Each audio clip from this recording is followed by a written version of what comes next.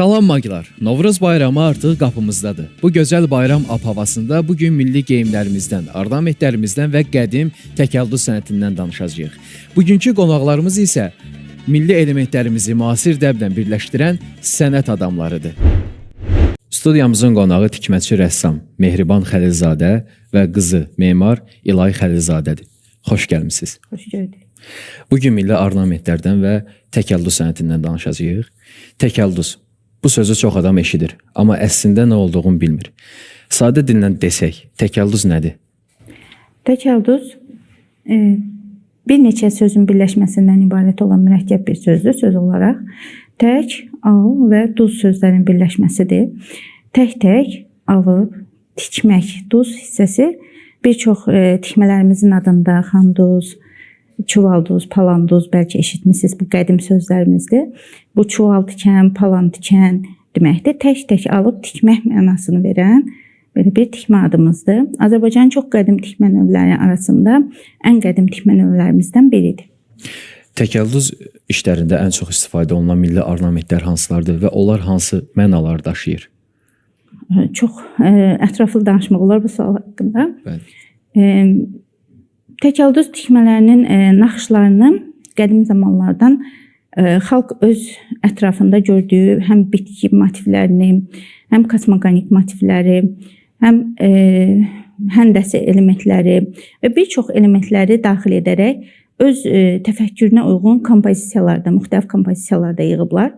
Daha sonraki dövrlərdə miniatürlərimiz də tikmələrlə işlənilib. Mirzə Qədim İrəvani, Mir Möhsün Nəvvab kimi qədim rəssamlarımız da eskizlər hazırlayıblar ki, bu eskizlər əsasında təkəllüd tikmələri də işlənilib. Bir sonraki dövrdə isə insanlar yenə də öz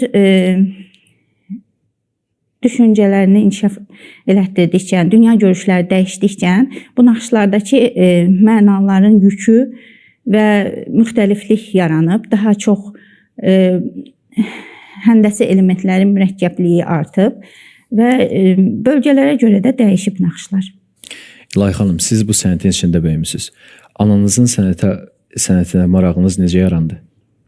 Uşaq vaxtı evdə görərəkdən, festivallara qatılaraqdan bu sənətin içərisində gözümü açdım və daha sonra düşündüm ki, niyə də məişətdə mən bu elementləri öz üzərimdə daşımayım. Siz bu sənəti davam elətdirirsiniz? Yəni sizi bu sənətin davamçısı hesab eləmək olar?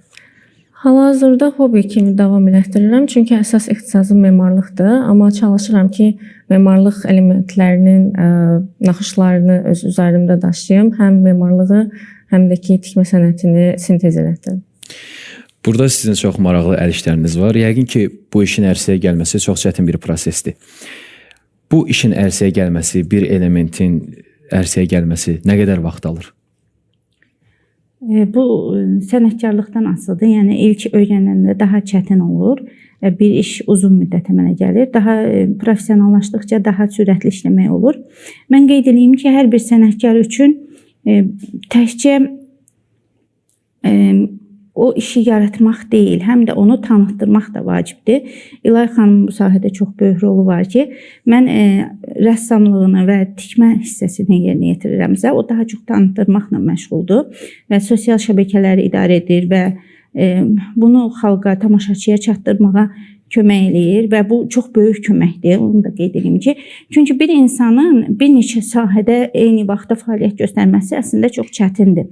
Mən məsələn yaradıcılıqla məşğul olanda, yəni sənətkarlıqla məşğul olanda o qədər başım qarışıq olur ki, yəni mən vaxtım olmur ki, mən nə isə hətta şəklini çəkməyə belə bəzən vaxtım olmur, təhvil verirəm. Yəni kimsə nəsə istəyirsə də onu bəzən heç şəklini çəkmədən təhvil verirəm və o bizdə heç qalmır. Sonradan da soruşanda ki, bəs filan iş mən heç hətta bəzən xatırlamıram ki, hansı iş. Ona görə də bax, bunları sistemləşdirmək, hamısını səliqəli saxlanılması, həm də ötürülməsi deməkdir.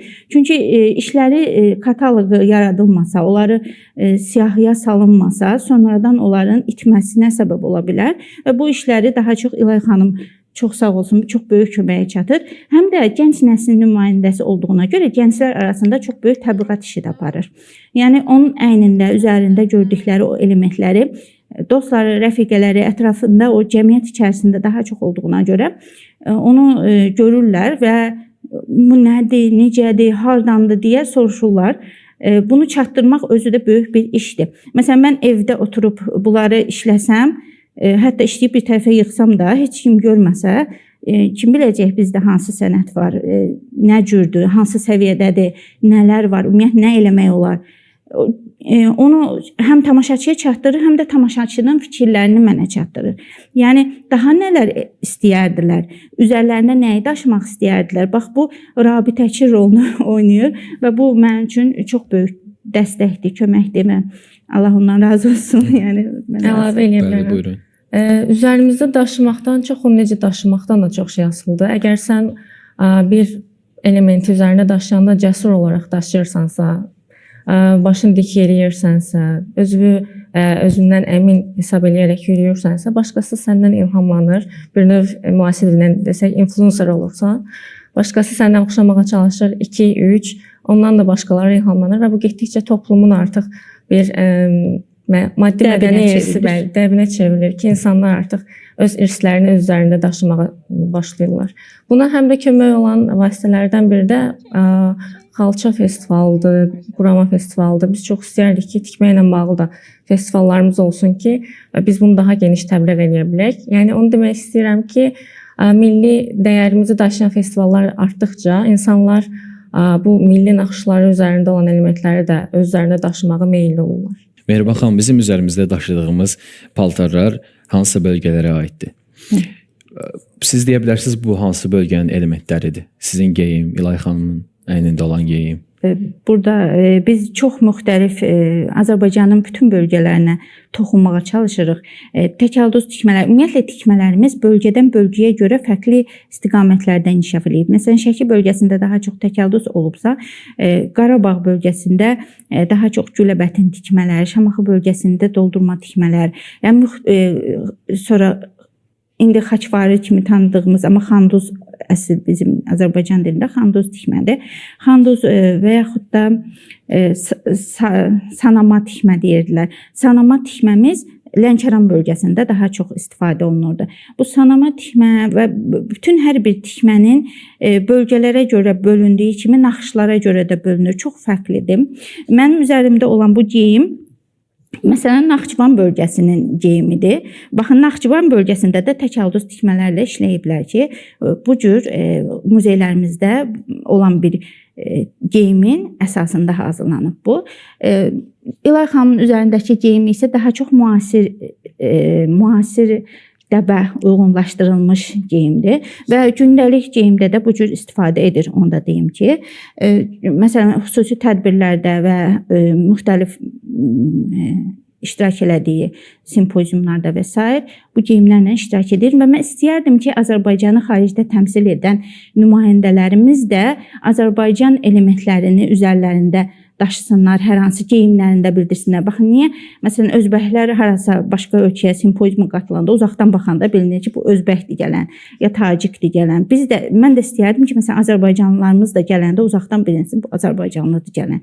Yəni, geyimlərimizi üzərimizdə biz daha çox daşıdıqca, həm də daha çox tanıdırıq millətimizi. Həm də bu işlə məşğul olan adamlar daha çox olmalıdır. İndi bu işlə məşğul olan adamlar çoxdur, yoxsa azdır fəaliyyət göstərən təkəllüz sənəti ilə? Mən 16 ildir artıq tədrislə məşğulam. Lakin birbaşa tikmələri az öyrətmişəm. Öyrətdiyim tələbələrim olub, amma az öyrətmişəm. Niyə? Çünki ilk bu sənəti mən anamdan öyrənmişəm. Anam da öz anasından öyrənib. Anam, Arifə xanım, təbliğatı ilə çox geniş məşğul olub və çox tədris edib. Şəki şəhərində çoxlu tələbələr yetişdirib və sonradan Bakıda da çoxlu tələbələr yetişdirib, bir çox insanlara öyrədib. Lakin o zaman maraq çox az olduğuna görə kim müraciət edirdisə, ilkin müraciətdə həmin insana sirlərini, bunu necə eləmək lazımdır, hər bir şey öyrədirdi. Lakin o insanın rəng duyumu, naxışların düzümünü bilmədiyinə görə nəticədə alınan işlərin keyfiyyəti çox aşağı düşürdü. Və bu səhvi deyək ki, aradan qaldırmaq üçün mən tədrisimi daha başqa yöndən qurdum. Biz ilkin rəssamlıq dərslərindən başlayırıq və rəssamlıq qabiliyyətini inkişaf elətdiririk. Daha sonra rəssamlıq təhsili almalarını məsləhət bilirik. Geri dönüş edib bizə qayıdan tələbələrə isə tikmələrin sirrini öyrədirik ki, nəticə daha yaxşı olsun. Hətta qeyd edeyim ki, tələbələrim arasında bir oğlan da var idi. Düzdür, hal-hazırda aktiv fəaliyyət göstərmir, amma sənətin sirlərini öyrəndi. Uzun illər əvvəl rəsmlə məşğul oldu, sonra təhsil aldı, təhsildən sonra tikmələri də öyrəndi və bir neçə verilişdə də iştirak edib. Bu əl işləri hansı milli ornamentləri daşıyır özündə?